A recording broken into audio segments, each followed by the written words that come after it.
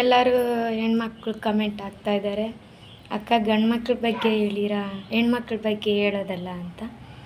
ಹೆಣ್ಮಕ್ಳಿಗೆ ಕೋಟಿ ಕೋಟಿ ನಮಸ್ಕಾರಗಳು. ಯಾಕಂದರೆ ಹೆಣ್ಣಿನ ಋಣ ಮಣ್ಣಾಗ ತಕ್ಕ ಅಷ್ಟೇ ಅಂತೆ. ಆದರೆ ಜೀವನದಾಗೆ ಏನೂ ಇಲ್ಲ.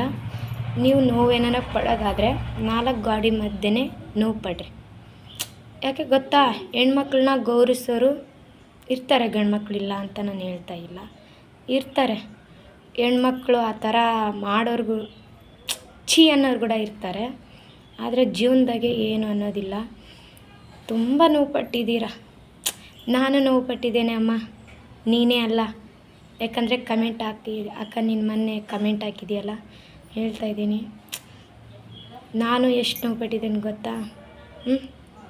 ಸಾಲ ಮಾಡಿಕೊಂಡ್ರೆ ಹಂಗೆ ಸಾಲ ಆಯಿತು. ಸಾಲ ಆಗಟ್ಟಿಗೆ ಸಾಲ ಕಟ್ಟೋಕ್ಕಾಗದೆ ಕಳ್ತನದಿಂದ ಅಲ್ಲಿ ಇಲ್ಲಿ ಬಚ್ಚಿಟ್ಕೊಂಡ್ವಿ. ಲಾಸ್ಟಿಗೆ ಗುಜರಿ ಆರಿಸಿದ್ವಿ ಗೊತ್ತಾ. ಸಾಲದ ಹತ್ರ ತುಂಬ ಬೈಸ್ಕೊಂಡ್ವಿ. ತುಂಬ ನೋವು ಪಟ್ಟಿದ್ದೀವಿ. ಆದರೆ ಹೆಣ್ಮಕ್ಳ ನೋವು ಮಣ್ಣಾಗೋ ತನಕ ಅಷ್ಟೇ. ಗಂಡು ಮಕ್ಕಳೇನಮ್ಮ ನೋವು ಬತ್ತರೆ ಅದೇನೋ ಡ್ರಿಂಕ್ಸ್ ತರ್ತಾರಲ್ಲ, ಅದು ಕುಡಿದ್ರೆ ನೋವು ಮರಿತಾರೆ. ಯಾಕಂದರೆ ಅದಕ್ಕೆ ಅಲವಾಟಾಗಿರ್ತಾರೆ ಅವರು. ಆದರೆ ನಮ್ಮ ನೋವು ಬಂದರೆ ನಾವೇನು ಕುಡ್ದು ಮರಿಬೇಕು ಹೇಳಿ. ಆ ನೋವು ನಾವು ಮಣ್ಣಾಗೋ ತನಕ ಇರುತ್ತೆ ಆ ನೋವು.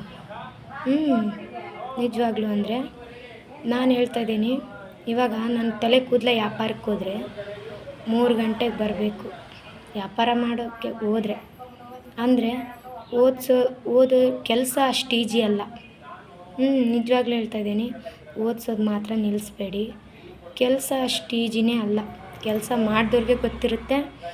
ಆದರೆ ಹೆಣ್ಮಕ್ಳ ಬಗ್ಗೆ ಕೆಟ್ಟದಾಗಿ ಮಾತಾಡೋರು, ಅವರು ಇವರು ಹಂಗಿರ್ತಾರಲ್ಲ, ಹೆಣ್ಮಕ್ಳ ಬಗ್ಗೆ ಮಾತಾಡೋ ಬದಲು ಮುಂದಕ್ಕೆ ಏನಾರ ಅವ್ರು ಕೆಲಸ ಮಾಡ್ತಿದ್ರೆ ಅದ್ರ ಮೇಲೆ ತೋರಿಸೋ ಪೌರುಷ ಕೆಲಸದ ಮೇಲೆ ತೋರಿಸಿದ್ರೆ ಅವ್ರಿಗೊಂದು ಮುಂದೆ ದಾರಿ ಆಗುತ್ತೆ. ಹೌದಾ, ಮುಂದೆ ದಾರಿ ಆಗುತ್ತೆ. ನಿಜವಾಗ್ಲೂ ಹೆಣ್ಮಕ್ಳು ಕೊಡ್ತಾ ಇರೋದು ಇದೇ ಮೆಸೇಜೇ. ನಾನು ಇಲ್ಲ ಅಂತ ಹೇಳ್ತಾ ಇಲ್ಲ. ಹೆಣ್ಮಕ್ಳು ತುಂಬ ನೋವು ಪಡ್ತಾಯಿದ್ದೀರಾ, ಅದು ಯಾರಿಗೂ ಗೊತ್ತಿಲ್ಲ. ಅದಕ್ಕೆ ಅಂತೆ ಹೆಣ್ದೇವ್ರಿಗೆ ಹೆಣ್ಮಕ್ಳೇ ಆಗಿಲ್ಲ ಅಂತೆ.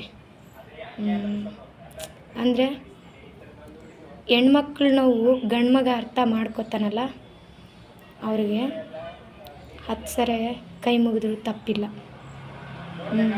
ಕೆಲವು ಜನ ಏನಮ್ಮ ಅರ್ಥನೇ ಮಾಡ್ಕೊಳಲ್ಲ.